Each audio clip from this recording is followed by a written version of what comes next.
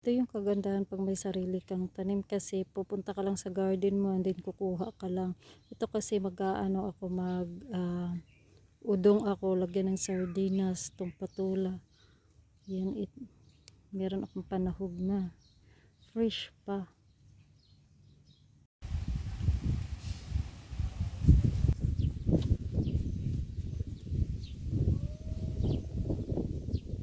Magandang buhay mga ka-garden ko. Dito na naman ako sa aking maliit na garden. Maliit lang po yung garden ko pero sari-sari yung gulay nandito. Siyempre yung iba hindi pa mga ka-garden. Kukuha ako dito ng patula dahil hinihingal naman ako. Mulberry oh. Kukuha tayo ng patula. At ilagay natin, bakit ganito?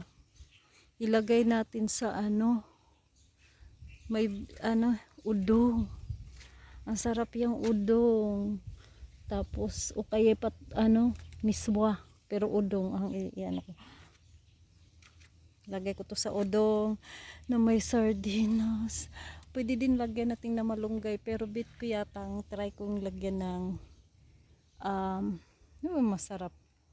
Malunggay or alugbati. Pero alugbati na lang kaya mga ka-garden, no? Ayan, ito yung mas kagandahan sa may tanim kang gulay kasi yung panahog kukuha lang ka lang sa garden mo, pipitas ka lang. So malaking bagay na yan mga ka-garden, no? Kaysa bibilhin mo pa.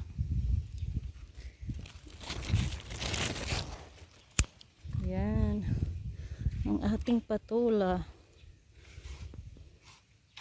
So dito ka muna. Walang bisis na ako nakapag-harvest nito. Yan oh. Walang tagahawak mga ka-garden. So ito lang muna ang kukunin ko ngayon. Yan. Check natin yung kamatis kung may hinog. Wala pa yatang hinog. Kagandahan sa may garden ka kasi kung kailangan mo ng panahog, punta ka lang sa garden mo, pipitas ka lang ng gulay, o diba fresh pa.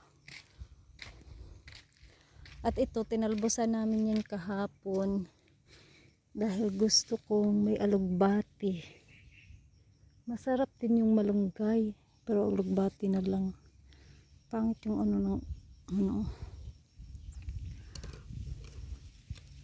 So kukuha lang tayo. Ito naman ang sipag ng aking alugbati mga ka-garden, magdahon. Yung dulo lang ang kukunin ko nito. Yan, talbo. Uy, hala, sayang. Ay mga ka-garden, meron po akong ginagawang balunggay capsule. Panoorin nyo. Ito kasi sa amin, ang dami naming malunggay. Palibot yan ng bahay. Dami naming malunggay mga ka-garden. Pwede mo yung gawing capsule. Yan, vitamins mo.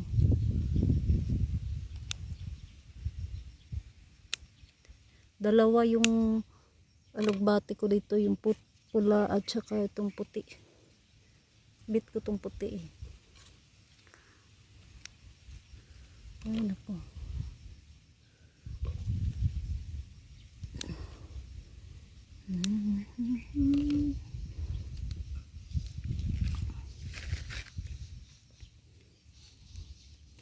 Sabi nga nila, kapag may itinanim, may aanihin, magtanim para makatipid. Abang-abangan nyo yung ating free seeds mga ka-garden ha. Malapit na. So ang gagawin ko every month, meron tayong free seeds. 5 katao kukunin ko. Every month naman yan. So lahat kayo niya makakatanggap kasi buwan-buwan naman tayo magbibigay. Pagtapos ka na, doon na naman yung sa iba na naman. Huwag ka na next ka na humingi. Pagtapos ka na nabigyan, ayan, next ka na humingi. Unahin muna natin yung hindi nabigyan. para lahat makatanggap ng seeds. Yun, kahit nasa ano ka lang, yung maliit lang space mo, pwede ka namang magtanim dyan. Itanim mo sa mga ano, plastic bottle, kagaya ng ginagawa ko. Pwede na yata to. Yan, pang miswa. Ay, miswa. Udong ang ano ko eh.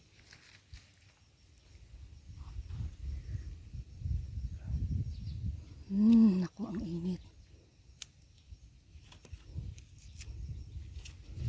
Hindi na tayo puputi nito kasi lagi tayo nagbibilid sa araw.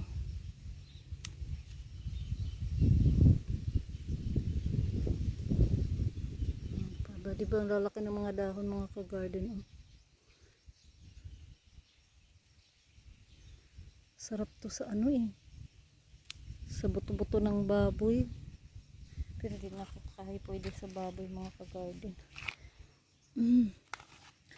At next ay kukuha tayo ng dahon ng sibuyas. Char, o diba, dito tayo daan. Saan ba tayo dadaan? Dito na lang. Ito may bunga na din yan.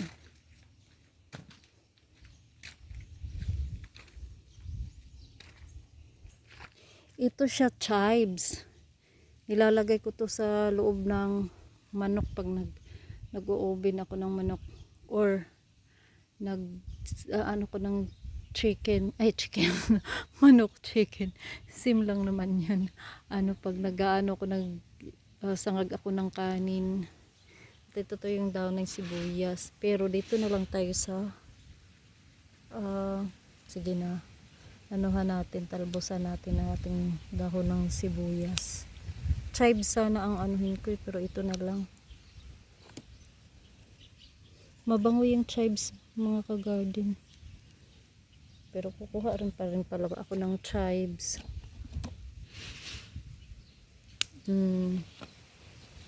Ang amoy niya ay para siyang bawang. Ayun, meron akong pangsahog sa aking ano, mga ka-garden, udong.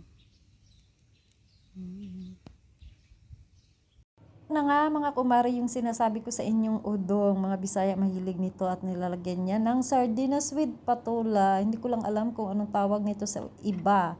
At ito na yung aking sabaw. Syempre, kailangan nyo munang igisa yan. Ang ating sibuyas, kamatis, bawang, and then sardinas. Optional na lang yan kung lagyan nyo ng dahon ng sibuyas. Pero masarap siya pag may dahon ng sibuyas.